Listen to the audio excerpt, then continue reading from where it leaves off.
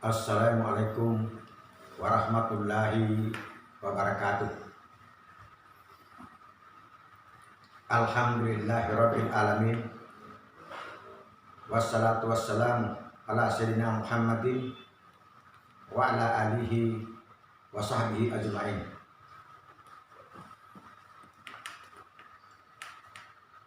Hadirin wal hadirat, Bapak dan Ibu sekalian, di mana saja berada, di rahmat Allah Subhanahu wa Ta'ala. Dalam poin yang kedua ini, atau pembicaraan kedua ini, saya akan beri judul bahwa wabah virus corona adalah teguran keras dari Allah Subhanahu wa Ta'ala kepada manusia yang berbuat kerusakan-kerusakan di darat dan di laut. Sesungguhnya wabah virus corona itu adalah teguran keras kepada orang-orang yang berbuat kerusakan di darat dan kerusakan di laut. Dalam Al-Quran surat Ar-Rum ayat 41, di sana Allah telah berfirman, Jaharal fasadu fil barri wal bahri bima kasabat aydin nasi liyuziqahum ba'dal ladzi amilu la'allahum yarji'un. Telah nampak dan jelas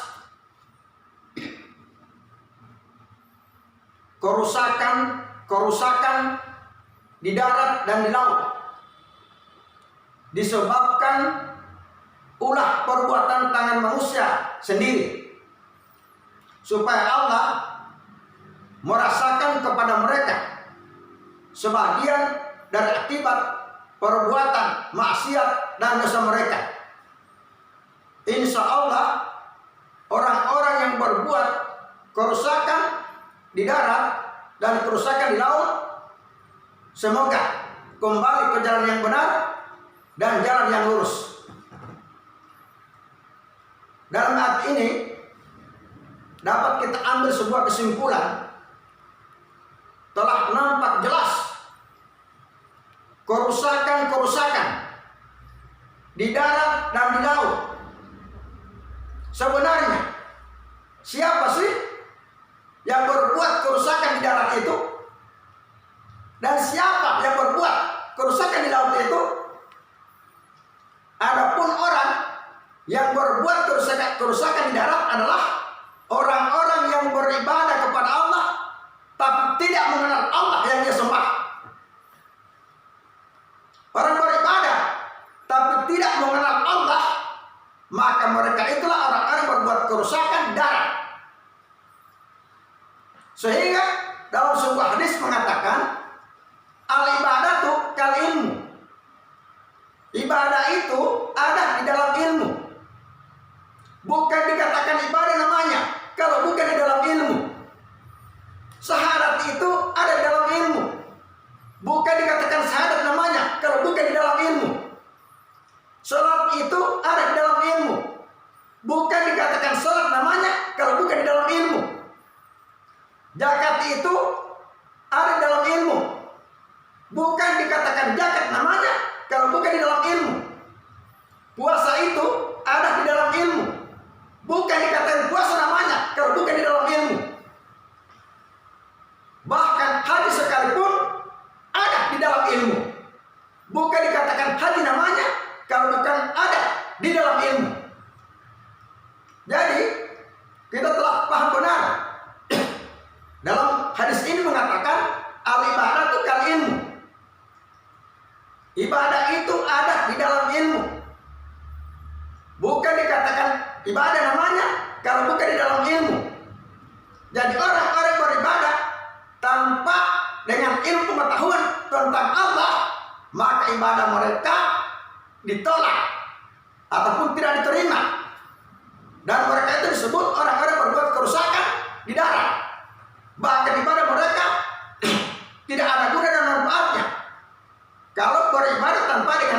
pengetahuan tentang Allah. Bahkan ibadah mereka sama sekali tidak ada nilai sedikit pun di sisi Allah Subhanahu wa taala. Bahkan ibadah mereka akan dicampakkan ke wajah mereka bagaikan kain-kain yang telah usang.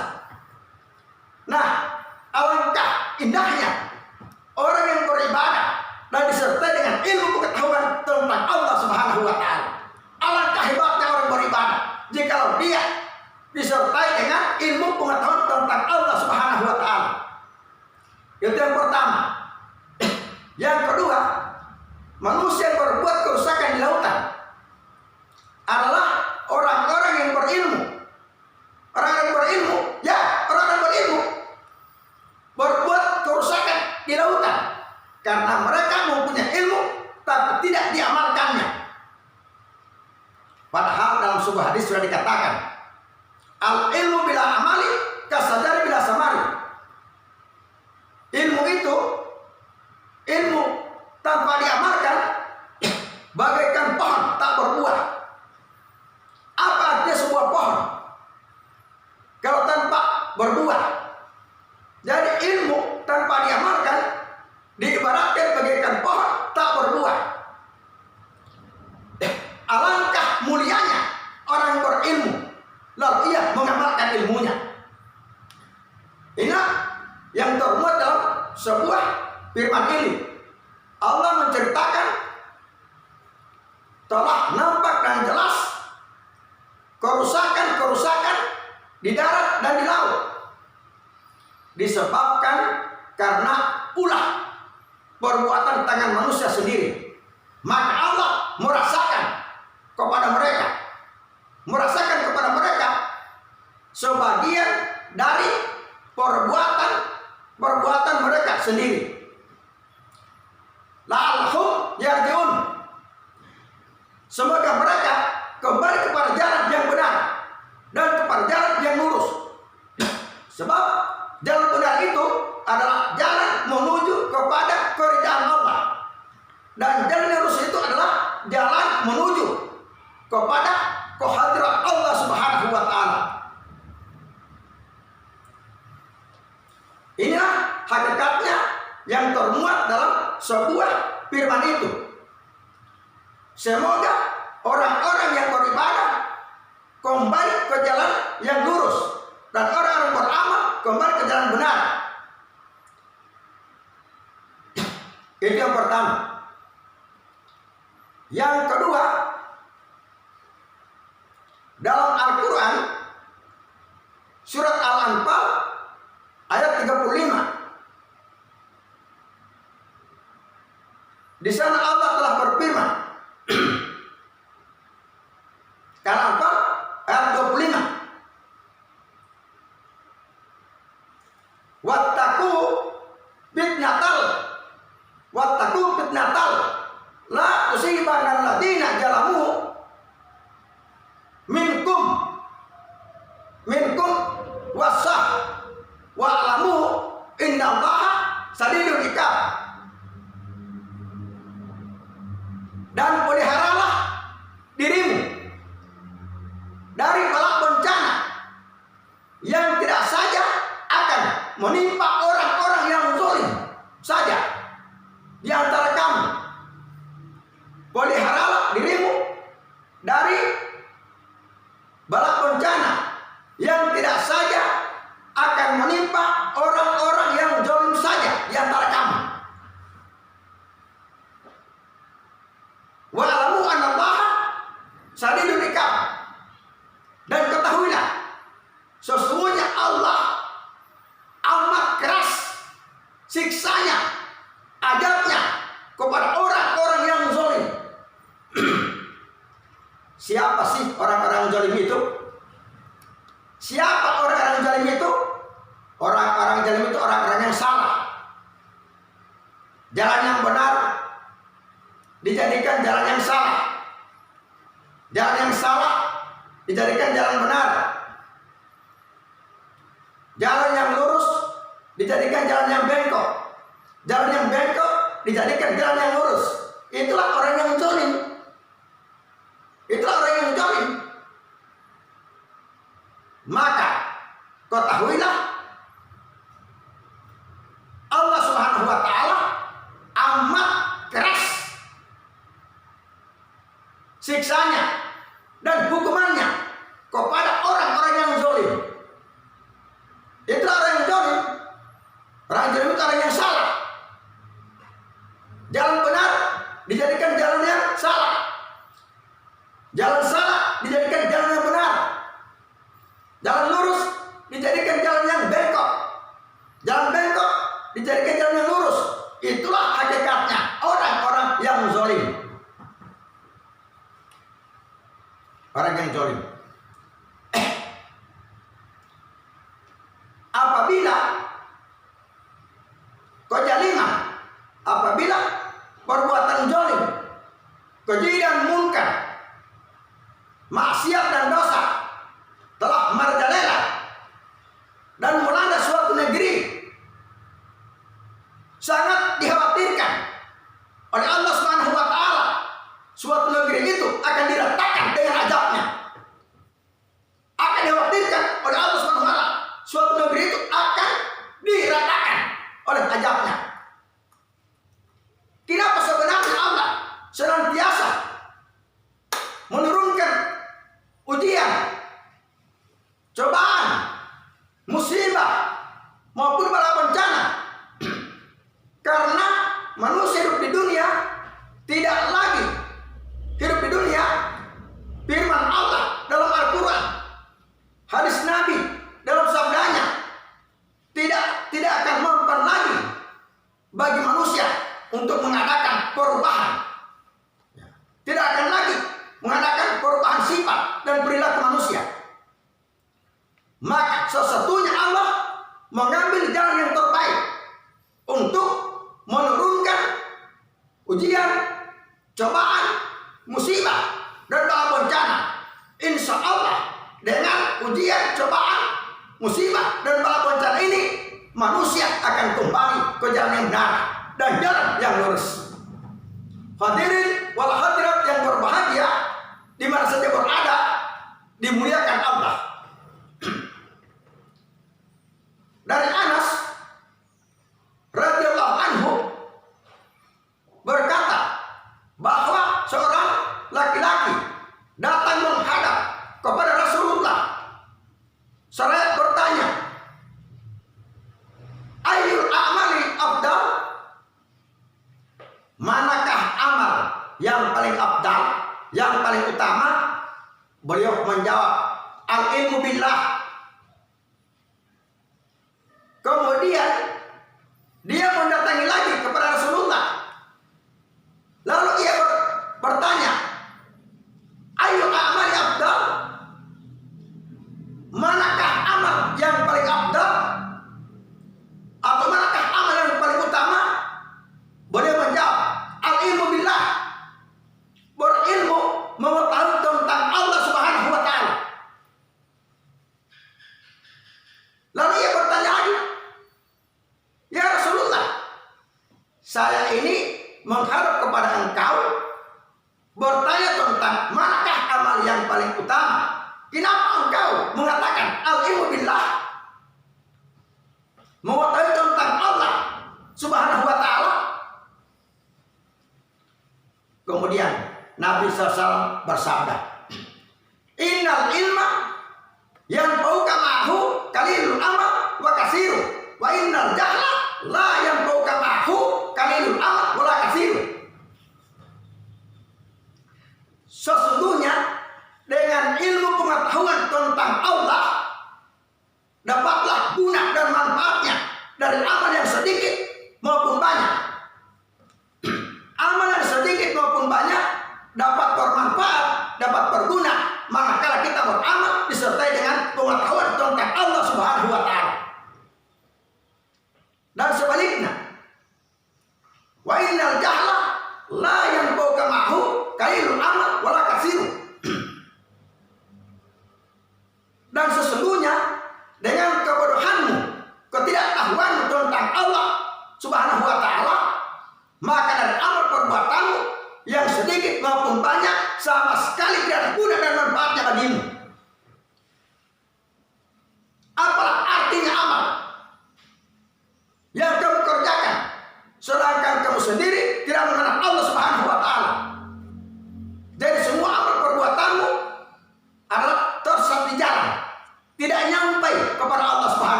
Sesungguhnya dengan kebodohanmu dan ketidaktahuanmu tentang Allah, maka amal perbuatanmu yang sedikit maupun banyak sama sekali tidak ada guna dan manfaatnya bagimu. Apa arti manfaatnya amal? Kecil maupun besar, besar maupun kecil, tapi tanpa kita mengetahui Allah Subhanahu wa Ta'ala. Jadi, buat apa pentingnya kita mengetahui Allah Subhanahu wa Ta'ala atau berilmu mengetahui tentang Allah Subhanahu wa Ta'ala daripada amal dan ibadah. Berikutnya, dalam sebuah hadis mengatakan, "Khairukum man ta'allama ilma wa 'allamahu." Sebaik-baiknya kamu adalah orang yang mempelajari ilmu dan mengajarkannya. Sebaik-baiknya kamu, sebaik-baiknya kalian adalah orang yang mempelajari ilmu dan mengajarkannya. Dari manusia di atas dunia ini cuma 2 orang. Manusia hidup ini cuma 2 orang. Yang pertama, manusia yang mempelajari ilmu. Itulah manusia yang baik, yang hidup di alam nasib ini. Manusia yang baik hidup di atas dunia ini. Manusia yang baik hidup di alam dunia ini adalah orang yang mempelajari ilmu. Yang kedua, orang yang mengajarkan ilmunya. Itulah manusia yang paling baik, lebih baik. Yang tadi baik, ini lebih baik. Manusia yang hidup di alam malakut, di alam kemalaikatan. Orang yang mengajarkan ilmunya itu manusia yang terbaik, yang hidup di alam malakut, di alam kemalaikatan. Jadi manusia di dunia ini cuma 2. Pertama, yang mempelajari ilmu. Yang kedua, yang mengajarkan ilmunya. Dan selain itu tidak ada gunanya, tidak ada manfaatnya. Selain itu tidak ada gunanya sama sekali. Jadi telah kita ketahui bersama, dengar bersama, simak bersama bahwa sebaik-baiknya kalian adalah orang yang mempelajari ilmu dan diajarkannya kepada orang lain. Orang yang mempelajari ilmu adalah manusia yang baik. Bukan lebih baik, manusia yang baik, yang hidup di alam nasib ini, di alam insan ini, di alam nyata ini, di alam syahadat ini, di alam dunia ini. Ya, manusia yang baik.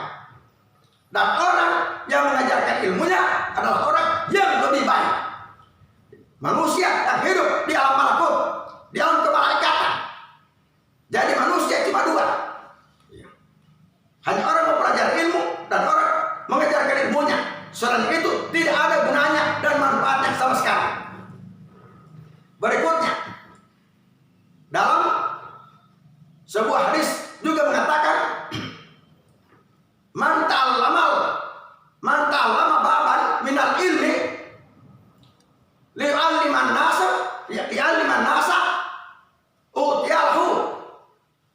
utialhu sawabu sabu'ina nabiyah. Barang siapa mempelajari satu bab dan ilmu pengetahuan yang bakal diajarkan kepada manusia atau masyarakat, maka baginya pahala 70 nabi. 70 nabi pahala untuk baginya mempelajari satu bab dari ilmu. Sedangkan ilmu itu ada 3 bab. Ilmu ada 3 bab. Bab pertama ilmu zahir. Bab kedua ilmu batin. Bab ketiga ilmu qadi bainahu wa bainallah. Baru mempelajari satu bab dari ilmu satu bab. Bukan 3 bab atau 2 bab. Baru satu bab dipelajari yang bakal diajarkan kepada manusia atau kepada masyarakat, maka baginya pahala 70 nabi. Saya tak dapat membayangkan betapa hebatnya orang mempelajari ilmu dan mengajarkannya kepada manusia atau masyarakat yang lain. Dia mendapat pahala baginya 70 nabi, sabu'ina nabiyan. 70 nabi pahala yang Allah berikan kepada orang yang mempelajari ilmu dan mengajarkan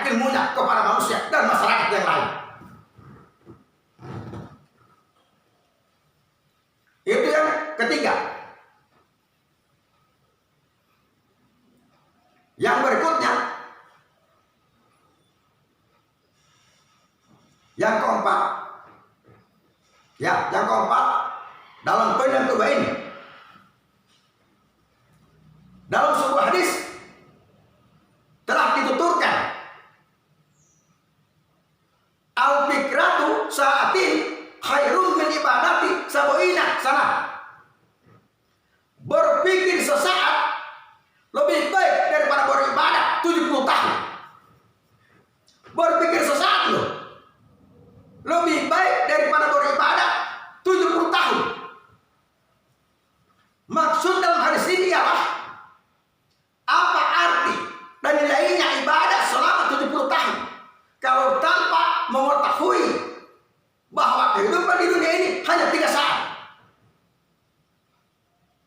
Kehidupan di dunia ini hanya 3 saat.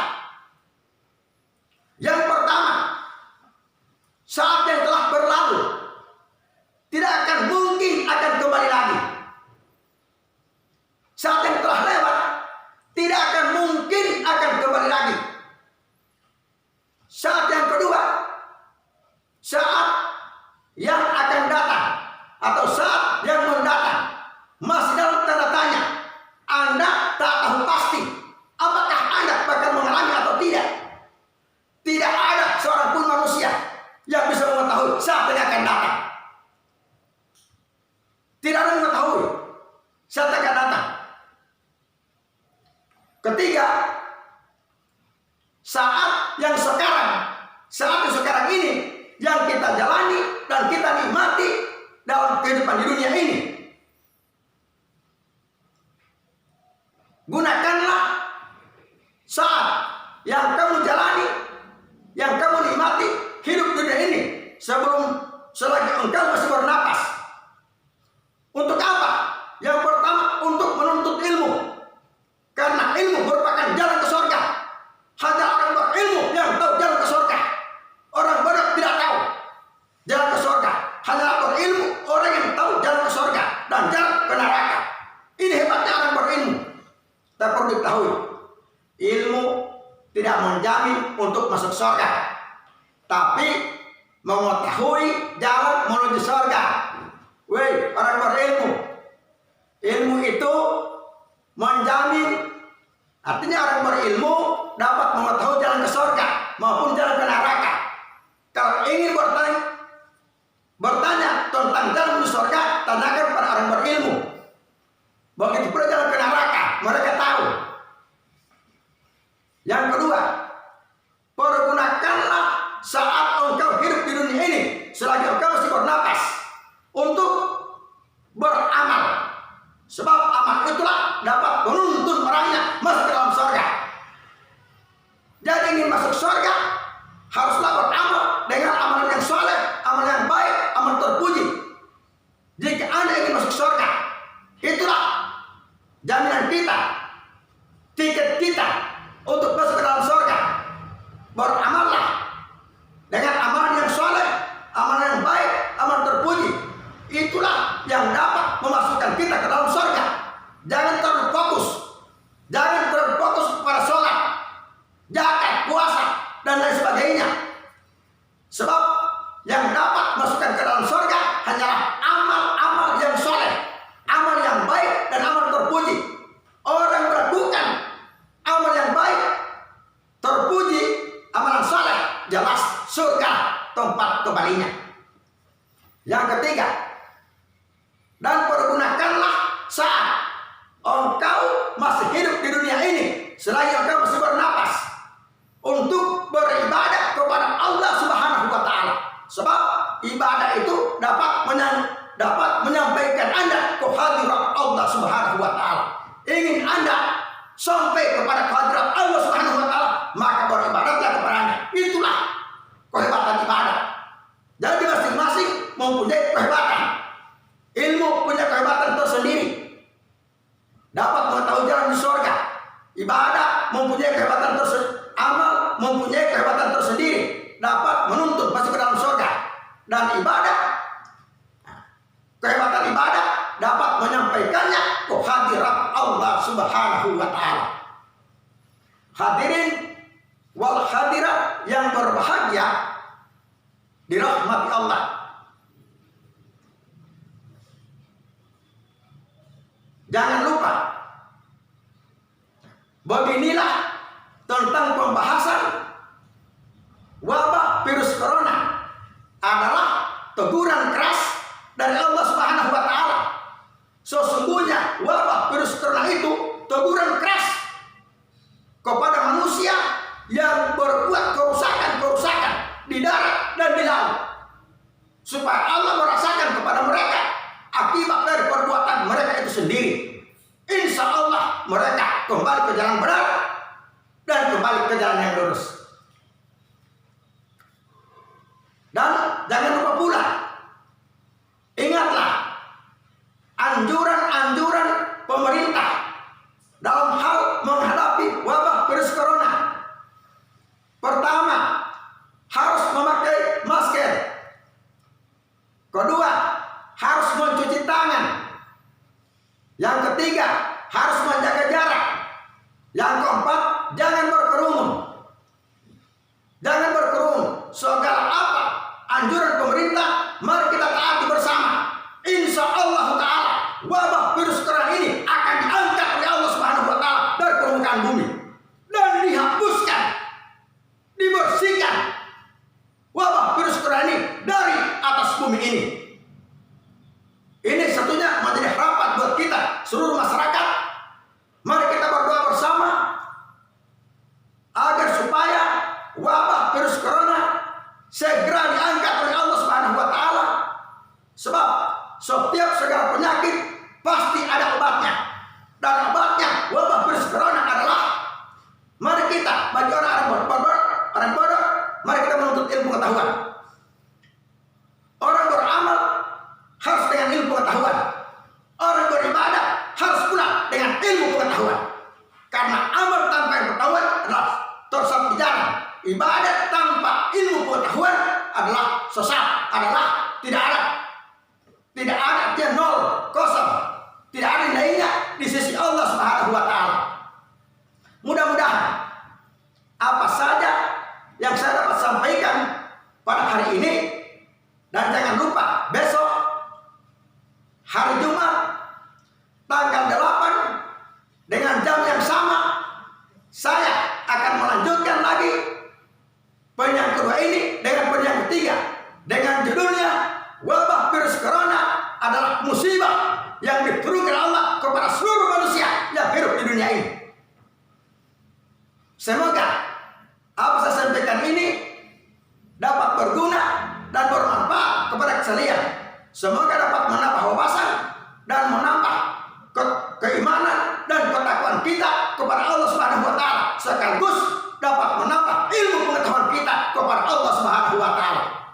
Terima kasih banyak atas segala perhatian Bapak dan Ibu sekalian, dan mohon maaf atas segala kekurangan apabila ada yang kurang dalam penyampaian ini.